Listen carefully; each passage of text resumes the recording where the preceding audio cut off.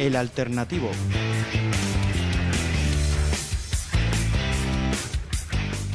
Muy buenas tardes, bienvenidos y bienvenidas al Alternativo. Dejamos atrás con pena la etapa de Brigada Periodista, pero comenzamos esta nueva etapa, la etapa del garaje. Empezamos con mucha ilusión, y es que hoy es 14 de febrero, día de San Valentín, día de los enamorados, y con vosotros están tres enamorados de la radio. Jordi Pascual. Muy buenas tardes, Mario. Carles Torregrosa. Buenas tardes. Y quien les habla, Mario Iranzo. Comenzamos.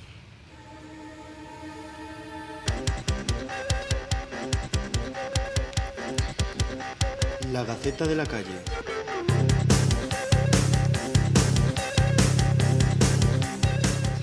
Ayer podíamos leer en el diario.es que los complementos salariales generan casi la mitad de la brecha salarial entre hombres y mujeres. Esto se conoce a raíz de un informe de Comisiones Obreras.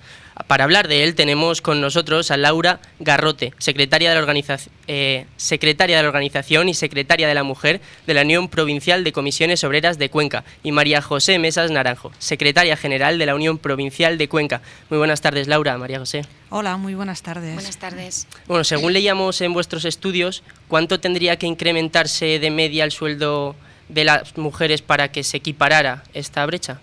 Hombre, el estudio que se ha hecho a nivel nacional, porque en Castilla-La Mancha se está elaborando otro estudio que posiblemente la brecha sea algo más agresiva y sea peor, debería de incrementarse un 30% para igual salario, igual trabajo. ¿Y qué papel juegan en esta brecha los complementos salariales?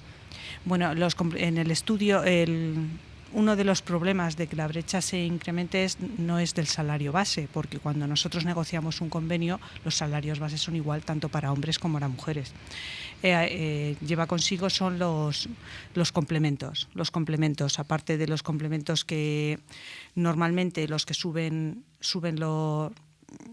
el salario, suelen ser complementos muy masculinizados: disponibilidad de horarios, penosidad, esfuerzo físico. Entonces normalmente recaen en los hombres. Es que hemos leído que de media los hombres cobran 613 euros por complementos salariales y las mujeres solo 427. Esto digamos que es pues por estos criterios que comentaba, ¿no? Sí, bueno, eso es en el mismo trabajo, y luego nos vamos a que las mujeres siempre estamos en peores trabajos, menos regularizados, y la temporalidad y las jornadas parciales. Pero sí, se habla de que son 613 euros los que cobra el hombre por encima de la mujer, cuando la mujer cobra por esos mismos pluses o otros pluses, pero que por los cuales se cotiza, o sea, se les paga menos, 418, una cosa así. Y María José, para subsanar este problema, ¿la solución pasa por hacer cambios en los convenios colectivos, o dónde estaría la solución? Este problema es muy transversal, por lo tanto las soluciones deben de venir desde muchísimas líneas y desde muchísimos aspectos. Lógicamente la negociación colectiva juega un papel crucial, pero lógicamente nosotros cuando negociamos no introducimos ninguna brecha discriminatoria, por ejemplo, no solo por cuestión de género, sino por cuestión de edad, por cuestión cultural, de ningún tipo, ¿vale? Por lo tanto, los textos, lógicamente, van dirigidos en condiciones de igualdad tanto a hombres como a mujeres, como a jóvenes, como a personas de otras edades. ¿Dónde se produce esa brecha? En la aplicación que luego se hace de una forma arbitraria por parte de las empresas y de los empresarios. Por lo tanto, el tema de la brecha salarial, primero lo que se requiere por una vía es la legislación. Es decir, si nuestros gobiernos, o por ejemplo nuestro presidente de gobierno, cuando le preguntan qué opina sobre la brecha salarial, dice que es mejor no entrar en esas cuestiones, mal vamos, ¿vale? Aunque luego al día siguiente, lógicamente vio la repercusión, ¿no? La repercusión que eso tuvo. Entonces, lógicamente, legislando, y quien legisla es el gobierno, es el legislador. Por lo tanto, es importante introducir medidas de vigilancia, control y sanción a todas aquellas empresas que introducen, o bueno, por razón de género o cualquier otra razón discriminatoria, pues segregan salarialmente a un trabajador respecto a otro, a una trabajadora respecto a otra, o trabajadora. Pero también es cierto que hay muchas otras más líneas. La educación. Quiero decir, la educación en las edades tempranas es fundamental, ¿vale? La orientación formativa. Quiero decir, estamos viendo y todavía contemplamos cómo existe cierta tendencia a segregar determinadas formaciones profesionales, determinados grados en función de si eres hombre o eres mujer, ¿vale? La segregación profesional es otra de las cuestiones. Por lo tanto, educación y orientación profesional, claves, pero también la coeducación, ¿vale? Fundamental. Y también la responsabilidad que en todo este panorama juegan los medios de comunicación e información. No se nos escapen que tienen una responsabilidad tremenda a la hora de informar y de corregir y de transmitir determinadas conductas, roles y, lógicamente, centrar la atención y hacer un reclamo importante tanto al legislador como a agentes sociales, como a empresarios, como a la sociedad en general, en que las cosas no se están haciendo bien. Entonces se puede decir que es un problema muy transversal, ¿no? Que atañe a muchos campos, ¿no? Es totalmente transversal. Desde que nacemos hasta que morimos estamos recibiendo una información, nos están educando, dirigiendo y formando en un papel cultural. Pero es que el tema de la discriminación entre hombres y mujeres es un fenómeno mundial. Quiero decir, esto obedece a todas las culturas, a todos los países. Entonces, yo creo que el 8 de marzo es un día muy importante, debe ser un hito en la historia y, lógicamente debemos de eliminar la desigualdad por razón de sexo de nuestra sociedad. Hay que ir, ¿no? Porque el día 8 de marzo es un día muy importante y va a ser uno de los reclamos, ¿no? El que se iguale, ¿no? El salario entre hombres y mujeres. Va a ser una de las grandes proclamas que se lanzarán el 8 de marzo, ¿no? Sí, el 8 de marzo va a tener mucho sentimiento y va a tener, lógicamente, un marcado carácter reivindicativo. Lógicamente, la clave está en una igualdad real entre hombres y mujeres, una reivindicación por la brecha, por eliminar la brecha salarial, la segregación profesional, la desigualdad, la precariedad laboral, que no se nos olvide, la precariedad laboral tiene cara de mujer, tiene cara de joven, y si eres mujer y joven, una mayor precariedad, la parcialidad. Todavía existe un rol muy fuerte en nuestra sociedad en que los cuidados de familiares, tanto de la crianza de hijos como de nuestros mayores, todavía tiene un rol muy feminizado. Por lo tanto, quiero decir, es una huelga laboral, es un paro de 2 horas el que ha convocado comisiones obreras laboral, pero también es de consumo, educativo, de cuidados, es decir, visualizar la desigualdad real y existente que existe en esta sociedad y, lógicamente, ir a corregirla. A raíz de esta transversalidad de la responsabilidad de la que hablábamos, a mí me gustaría acercaros una de las portadas que veíamos hoy en el periódico 20 Minutos, que dice: la brecha salarial, los sueldos más altos se olvidan de las mujeres. Quería pediros vuestra valoración, más allá de la brecha salarial en cuanto a los sueldos brutos, a los complementos, como concepto más general. A mí me ha llamado la atención, me ha parecido un argumento bastante arcaico, incluso me ha sonado a muy antiguo el leer que los sueldos más altos, estos grandes ejecutivos, normalmente pone pocas gráficas. La verdad es que los datos son bastante cortos, la gráfica es corta, pero sí que es verdad que Comisiones Obreras publicó ayer un informe sobre desigualdad salarial tan demoledor como los de la Geste, UGT, no sé qué cuántos. Al final lo que venía a decir es que los grandes capitales, las grandes empresas, en los grandes puestos tampoco hay mujeres. Y más allá de la responsabilidad, habla también de los salarios, estos grandes salarios que se olvidan de las mujeres. Quería conocer vuestra valoración. Yo no te podría dar ahora mismo datos objetivos, cuantificados, y luego habría que ver también de qué estamos hablando, de qué grandes empresas, de qué consejos de administración, ¿vale? Quiero decir, porque lógicamente, aunque haya una media general, pero siempre cuando uno intenta analizar el fondo del asunto, yo creo que tiene que ser muy preciso y también muy concreto de qué estamos hablando y de qué, y de quiénes, ¿no? Cierto es que desde el momento en que a una mujer, por el hecho de ser mujer, se le encomienda los cuidados familiares, ya existe una dificultad para promocionar profesionalmente. Desde el hecho de que no se legisla igualmente entre hombres y mujeres a la hora de la paternidad, maternidad, ya estamos poniendo dificultades para ascender profesionalmente. Y culturalmente todavía hay un peso. A las niñas las educamos hacia, bueno, pues el cuidado, la atención. Todo eso supone un freno en el cual una mujer tiene que elegir. Tiene que elegir entre dos cosas que pueden ser importantes, entre un ascenso profesional, entre una vida familiar y la conciliación de cómo se hacen esas dos cosas. Mientras que probablemente a los hombres no se les planteen en esa misma intensidad, no quiere decir que no se les plantee, que también se planteará y habrá casos de todo, que no se les plantee en esa misma intensidad esa dicotomía.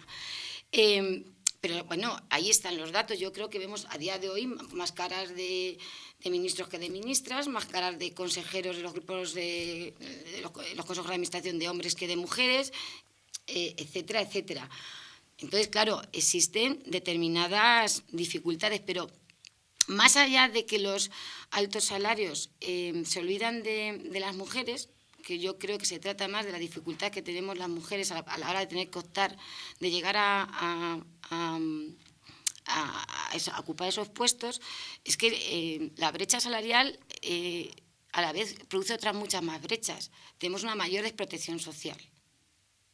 Entonces, claro, hay una cuestión que nos hace cada vez más dependientes de una sociedad que se rige en el patriarcado. Entonces, desde el momento que no elegimos en igualdad de condiciones los y las, pues lo hacen los, y eso tiene una repercusión, lógicamente, que es difícil de corregir. También existe otra brecha, ya no solo la salarial, sino la brecha laboral, porque ayer leíamos, según datos del INE, que en 2017... en Castilla-La Mancha, el 25% del paro venía por parte de mujeres y solo un 15% de hombres. Entonces, esto también es un problema grave, ¿no, Laura? Sí. Esto ocurre en Castilla-La Mancha y ocurre a nivel nacional. No es solo ahora por la crisis, siempre la mujer ha tenido peores datos de paro. Mujer y jóvenes son los que, bueno, y si a todo esto le añades si eres emigrante, ya pues... Y normalmente la mayoría de los puestos que ocupa la mujer suelen ser de jornadas parciales y precarios. Entonces está muy reñido a la temporalidad.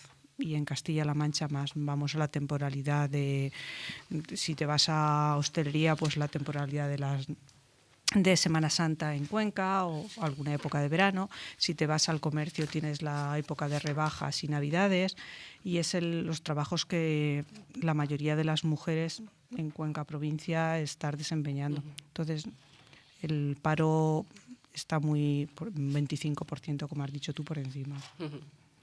Bueno, Laura, yo quería conocer vuestra opinión acerca de cómo se encuentran las condiciones, o mejor dicho, en qué condiciones se encuentra este estado de tanto brecha salarial, laboral, todos los tipos de precariedad que habéis explicado, cómo se encuentran en comparación con Europa, ya que España, pues por suerte o por desgracia, estamos muy ligados a lo que dicten por pues aquellas zonas. Yo creo que estamos a la cola de Europa, casi en todos los derechos, por desgracia. Las mujeres vamos muy, muy retrasadas con todos los niveles en educación, que es un pilar básico. En España se siguen segregando por colegios, por hombres y mujeres, lo que yo creo que en el resto de Europa no. Hay una educación más igualitaria. En sanidad, en todo yo creo que vamos a la cola. Vamos muy lejos, estamos.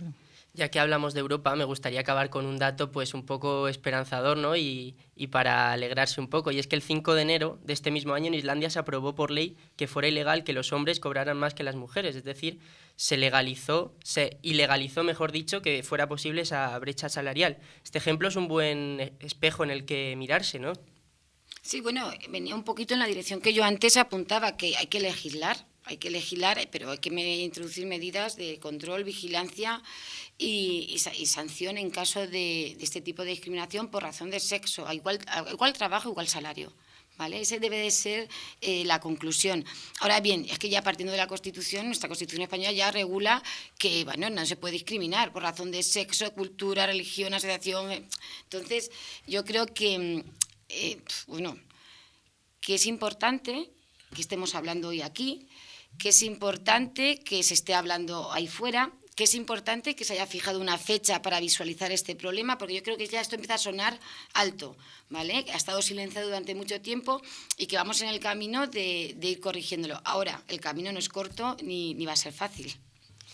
Bueno, Laura, bueno, María José, muchas gracias por estar aquí con nosotros y bueno, pues cada uno desde nuestra posición intentaremos pues poner nuestro granito de arena para luchar por que esto cambie, ¿no? En esa responsabilidad habéis hablado de los medios de comunicación, más allá del poder legislador y de la educación, así que desde nuestra humilde posición vamos a intentar, como estamos haciendo hoy, visibilizar, dar voz a todas esas, ya no solo mujeres, sino, porque hablábamos de brecha laboral, que de verdad se sienten y como la realidad nos indica, se ven dignificadas y discriminadas. Y de brecha laboral nos vamos a Cataluña, ¿no, Jordi?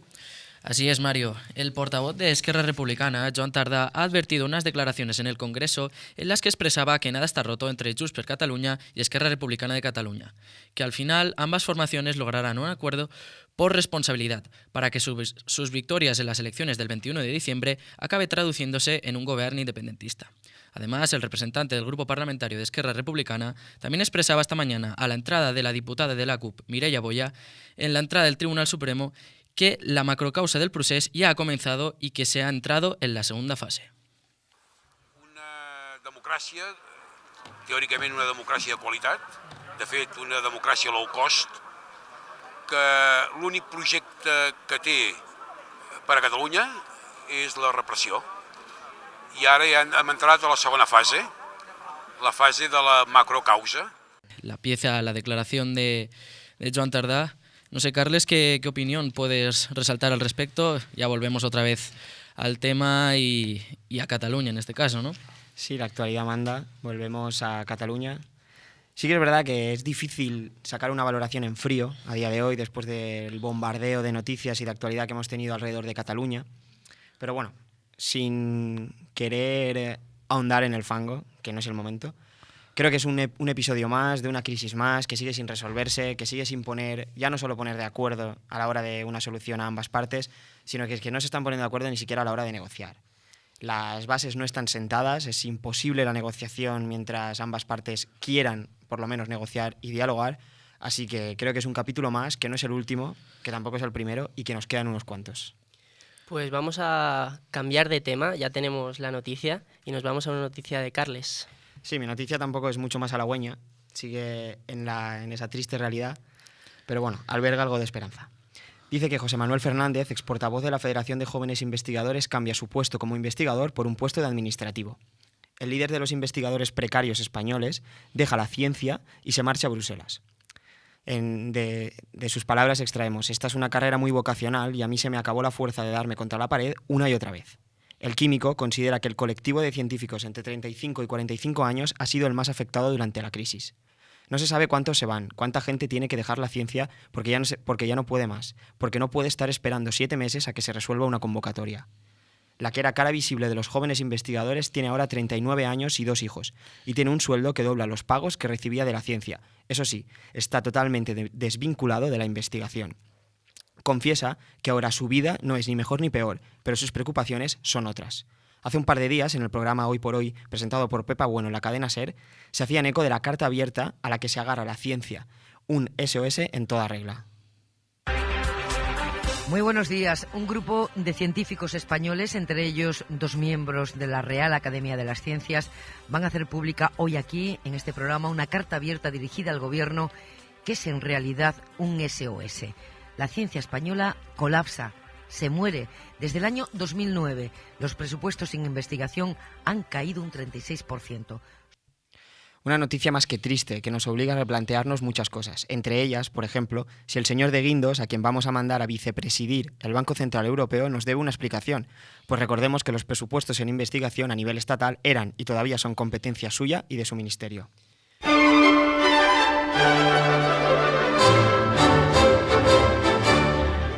De puño y letra, la sección de opinión.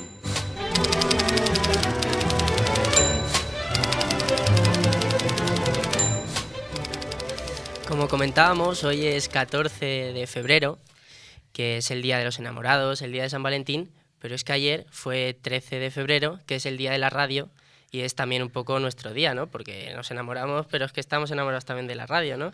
Entonces, pues aquí tuvimos un día bastante especial, vinieron diferentes medios y bueno, queríamos hablar un poco y contar las experiencias de lo que sucedió aquí.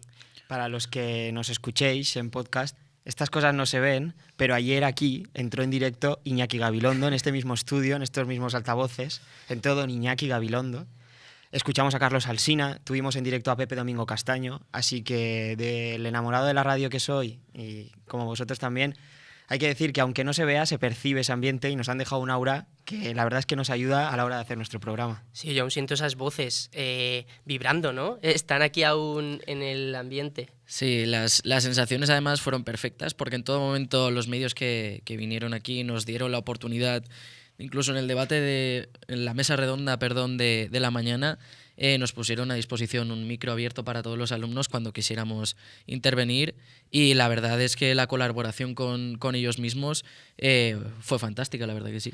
Hay que decir que en ese micro abierto aquí hay tres intervenciones. Tres viciados de esto de la radio que poco tardamos en coger el micro y en hacer nuestro alegato hacia ese querido medio. Os vamos a orientar más o menos de qué iba el debate, que podemos incluso reabrirlo aquí o hacer un poco una crónica de qué fue ese debate y tratábamos el por qué los jóvenes pues no consumimos la radio o por qué hay cifras tan bajas de consumo de radio entre gente joven. Entonces pues se habló de diferentes razones, quizá aún no estamos familiarizados con el medio, quizá hemos crecido y nos hemos criado con la televisión, quizá no ha habido cultura, quizá han salido otros medios y otras plataformas para comunicar si la radio se nos ha quedado un poco alejada. Entonces, hubieron diferentes posturas, ¿no? Sí, se habló de formatos, se habló del atractivo del medio y sí que es verdad que salió el tema de que nuestra generación se ha creado sin radio, pero Jordi y yo, volviendo a casa, teníamos este debate también y yo creo, coincidíamos los dos en que quizás nuestra generación no es que no se haya criado con la radio, sino que se ha criado escuchando la radio y no se ha dado cuenta. Uh-huh. Recuerdo el primer día que estuvimos aquí en clase que vino don Ignacio Escolar a darnos una charla magistral y nos decía que la radio nunca perdería su poder porque cuando te duchas solo puedes escuchar la radio, no puedes leer el periódico ni puedes ver Facebook. Y cuando vas en coche, más vale que no mires el Facebook ni Instagram y ni mucho menos leas el periódico y escuches la radio. Entonces, que no se entere la DGT, ¿no? O que no se entere la DGT. Quizás nuestra generación sí que se haya criado escuchando la radio, pero no se haya dado cuenta. Quizás la radio siempre haya estado presente, pero no hayamos puesto el foco, no le hayamos dado valor a lo verdaderamente importante de este medio. Claro, también yo ya lo resalté el otro día, y es que igual, también lo resaltabas tú, Carles, consumimos radio, pero no de la misma forma. Es decir, nuestros padres, nuestros abuelos, las personas de una edad más adulta, sí que al haberse criado con este medio, sí que tenían interiorizada esa cultura, esa acción de sentarse, me voy a tomar un café y voy a ponerme a escuchar la radio. Entonces es por ello que yo creo que sí que consumimos la radio, pero más que nada se han introducido nuevos formatos, que son los que realmente los jóvenes son los que más audiencia le dan. Son los programas como La Vida Moderna, el Nadie Sabe Nada que tienen Berto y Andreu Buenafuente en la SER. Es decir, es la radio pues visual, que también casualmente fue la idea con la que partimos y empezamos este proyecto. De hecho, es un tema que trató Iñaki Gabilondo cuando le preguntaron, y él mismo decía, los jóvenes escuchan la radio, pero es que no se están dando cuenta de que escuchan la radio. Es algo un poco más o menos lo que ha dicho Carles, y se refería también un poco a los formatos. A los formatos, pues, que es que ya no tenemos, por lo menos yo creo que los de aquí, no tenemos en nuestra habitación en la mesita el transistor, pero sí tenemos en nuestro móvil pues acceso a muchísimas emasoras y incluso internacionales. A raíz de este alegato que seguimos haciendo a la radio, hablando del móvil, hay que decir que los teléfonos actuales ya no llevan la radio incluida. Has de descargarte una aplicación, has de buscarte tú la vida. Es verdad que no es difícil porque nos descargamos aplicaciones a diario, pero bueno, es un gesto de las grandes compañías telefónicas que ya no introducen la radio. Quizás los jóvenes, el público modelo mayoritario al que va dirigido la compra de terminales móviles, ya no pone en valor la radio. Tanto es así que ni siquiera la introducen en sus terminales. Pues vamos a cambiar ya de tema y nos vamos a un tema que trae Jordi, ¿no? Sí, pues os traigo un fragmento de Valentín San Juan, que posteriormente vamos a explicar un poco quién es, su vida y a qué se dedica. Esa es la cara que te queda después, justo después. 17 horas si es un Ironman, 250 kilómetros y un puto desierto si es la maratón de sables. La cara que te queda al llegar, la cara de ya lo sabía yo que lo conseguiría, la cara de sufrir, de llorar, de apretar los dientes y de pensar en realidad, joder, no puedo más, pero por mis cojones que lo voy a conseguir. La cara del Ultraman y de Costa Rica y del Camino de San Juan. La cara de pensar en todos los que te dijeron una y otra vez que no podrías, que no lo conseguirías. La cara que se me va a quedar al llegar a Lisboa después de 55 horas crucificado y apretado en una puta mountain bike. Esa cara, esa es la cara a la que me refiero. They say it's a matter of time, 1,000 days and the sun won't shine before I come. A ver, Jordi, cuéntanos quién es Valentín San Juan y por qué va en una puta cruz. Pues este chico para mí es un referente, ya no solo como deportista, sino como persona. Empezó también en la radio, como nosotros, casualmente, y por una serie de circunstancias de su vida acaba en la tele montando una agencia de producción. Y cuando le iba todo muy bien en su vida, empiezan a pasarle una detrás de otra, eso de que no levantas cabeza. Le dejó su pareja de hace muchos años, le despidieron de la radio en la que seguía colaborando desde hace muchos años también, y se le muere su madre de cáncer. Entonces él decide, junto con su hermana, hacer una lista de todas aquellas cosas que quería hacer antes de morirse. Y una de ellas era correr un Ironman. Y justo pasaron 3 meses y se iba a celebrar el Ironman de Lanzarote. Y el tío se presenta, lo prepara en 3 meses, que es prácticamente imposible, y lo acaba. Tal revuelo causó entre la gente que lo suele realizar, que al tener varios contactos en la agencia, él se empieza a embaucar en este mundillo de las carreras de ultradistancia y empieza a celebrar, empieza a correr prácticamente todas las carreras que se disputan a lo largo del año, preparándolas cada vez de manera más profesional. Entonces, este tío ahora consigue vivir de aventuras, de contar documentales de estas carreras tan extremas y, sobre todo, al fin y al cabo, lo que comunica es una enseñanza que nos puede llenar cualquier aspecto de nuestra vida. Ha hecho un poco de su pasión, su profesión, ¿no? Sí. Yo he de decir que conozco a este chico, a Valentín San Juan. Antes que nada, felicitarle, hoy es su día.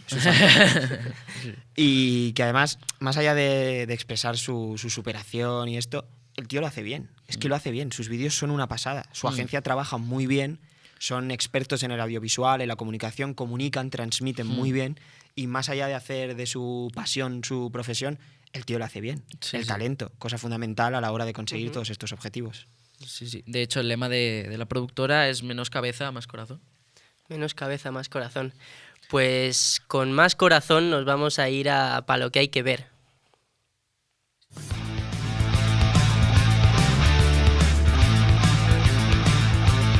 Pa' lo que hay que ver.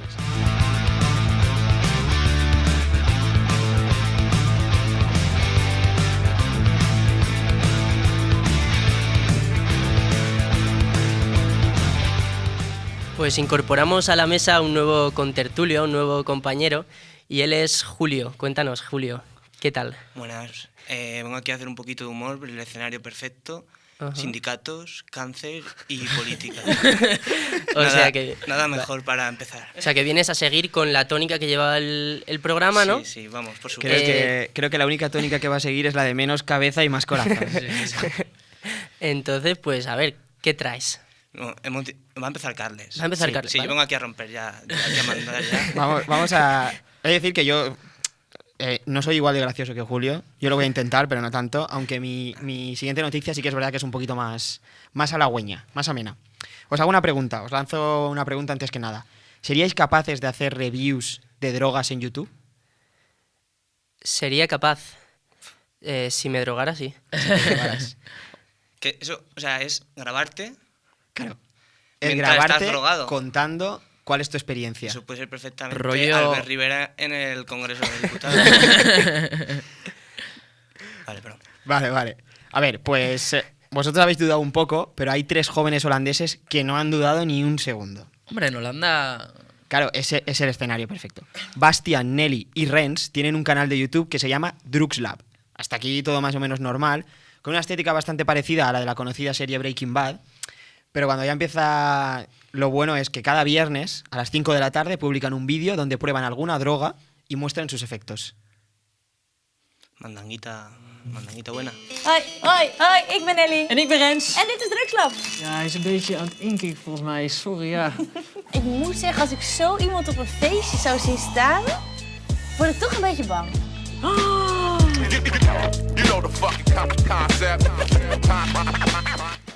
Cuando ya se les pasó el efecto de la mandanguita, dijeron que esto lo hacen en nombre de la ciencia, para indagar qué efectos tienen las drogas en el cuerpo humano. En sus vídeos, mientras se encuentran bajo los efectos de la droga que están probando, tienen controlados diversos aspectos físicos y psíquicos: el ritmo cardíaco, la temperatura corporal, las habilidades motrices, capacidad de pensar, velocidad de reacción y un largo etcétera. Aceptan peticiones de sus más de 600.000 suscriptores e informan en su bio que esto se trata de un proyecto educativo, donde más allá de las reviews, también ofrecen métodos de uso seguro, dosis seguras o avisos sobre los efectos y riesgos. Ahora Julio nos va a hacer una traducción del audio que hemos escuchado, ¿no? Que para eso has venido, ¿no? Eres el experto en holandés. Ah, bueno, sí. ¿No eras tú? Ahí decía que principalmente hay que drogarse. Ajá. Y si lo puedes grabar y fomentarlo, pues mucho mejor. Todo eso que te ganas. Sí, si ya cobras de YouTube, ya perfecto. Bueno, ya si te pagan. Hostia, qué guapo está esto de contratar a un tío que nos traduzca cosas. Sí, sí que es verdad que el acento holandés era complicado, pero lo has pillado bien. Es de Rotterdam el acento. Ajá. Pero nada, se saca fácil. Sí. ¿Y qué más traes, Julio? Pues mira, aparte de traducciones. Hoy tengo una... Espera. ¿Está en holandés? No, esto está en vale. español. Aunque es una noticia de Noruega. Joder, son vecinos. Sí. Hoy habéis hablado de todo. Yo en esta sección primero voy a decir que recogeré noticias de los principales periódicos españoles y las comentaré con vosotros. Ajá. Hoy traigo una del país que es muy interesante. Dice, la delegación noruega de los Juegos Olímpicos recibe 13.500 huevos de más por traducir mal un pedido al coreano. Si te hubieran contratado a ti. Lo han traducido mal. Es que dicen que un error a la hora de traducir el pedido, que era de 1.500 huevos, le han puesto un cerito de más. Dice, por lo que se ve, los españoles no somos los únicos que utilizamos el Google Chrome como traductor. Claro. Y dice la noticia, para que se gasten todos los huevos, deberán consumirse 124 por persona durante la duración de los juegos. Por tanto, cada uno debería comer 8 huevos al día. Que si esto se cumpliese, nunca estaría mejor utilizada la expresión acabar hasta los huevos. Esto le llega a pasar a una abuela española como cocinera y tienen tortilla de patata de desayuno, almuerzo y cena. El jefe de la delegación noruega, principal responsable de los 13.500 huevos de más, dice lo siguiente en su defensa. Había un 0 de más en el pedido. ¡Qué apachado! ¡Qué apachado! Digo, menudo lumbrera. Por suerte, son otros los encargados de traer las sustancias dopantes a los deportistas de élite. Porque imaginaros que fuese este el que llevase las cantidades de anabolizantes a los deportistas. Iban a quedar muñecos a la primera de cambio. El que le lleve los filetes a Contador. El clenbuterol iba a ir a tope. Fijo que era el mismo que el de Armstrong. Seguro. Y esto ha sucedido con Noruega. Si llega a suceder con un equipo español conforme funciona el periodismo deportivo en España, ya tenemos titulares con los huevos. Ganaron por los huevos. En caso de derrota, muchos huevos y pocos cojones. Y antes de una final, por vuestros huevos. Y aquí hasta aquí la sección. Pues es curioso, ¿no? Sí, Esto sí, de... Hombre, yo me imagino al noruego de turno buscando tutoriales de YouTube. Hola amigos, les voy a enseñar a hacer una tortilla de patatas, porque si no, no le veo salida a tanto huevo, ¿eh? Hostia, pero con mucho huevo dicen que las cuerdas vocales como que se agudizan muchísimo. Yo creo que debe haber un límite de que tu cuerpo reciba huevos, ¿no? No, dicen que lo de comer los huevos todos los días es malísimo. Y se lo a Lucia la Piedra, que acabó bastante regular. Hostia, tío. A ver, nunca fue a unos Juegos Olímpicos, tampoco lo sabemos si le fue bien o no. Bueno. Bueno, ha sido... está muy bien está bien terminar traído. así, porque nuestro como bien ha avisado Julio, hemos empezado con una seriedad extrema, pero está feo acabar con la misma seriedad extrema. Me imagino ahí a los noruegos buscando recetas de cómo hacer salmón con huevos. Pues ya que es el día de San Valentín, que ya lo hemos mencionado, hoy quiero traer una canción, pues un poquito de un alegato al amor, ¿no? Un alegato a querernos todos, ¿no? Claro que sí. A amarnos, a besarnos. Y traigo una canción de KCO, es la outro de su disco El Círculo.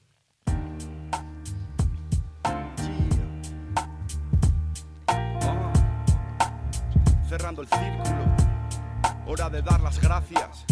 Gracias a Muna por su paciencia y su comprensión. Siempre a mi lado en un proceso muy duro. Ella me vio meses y meses mirando al infinito, escuchando ritmos sin escribir una sola palabra.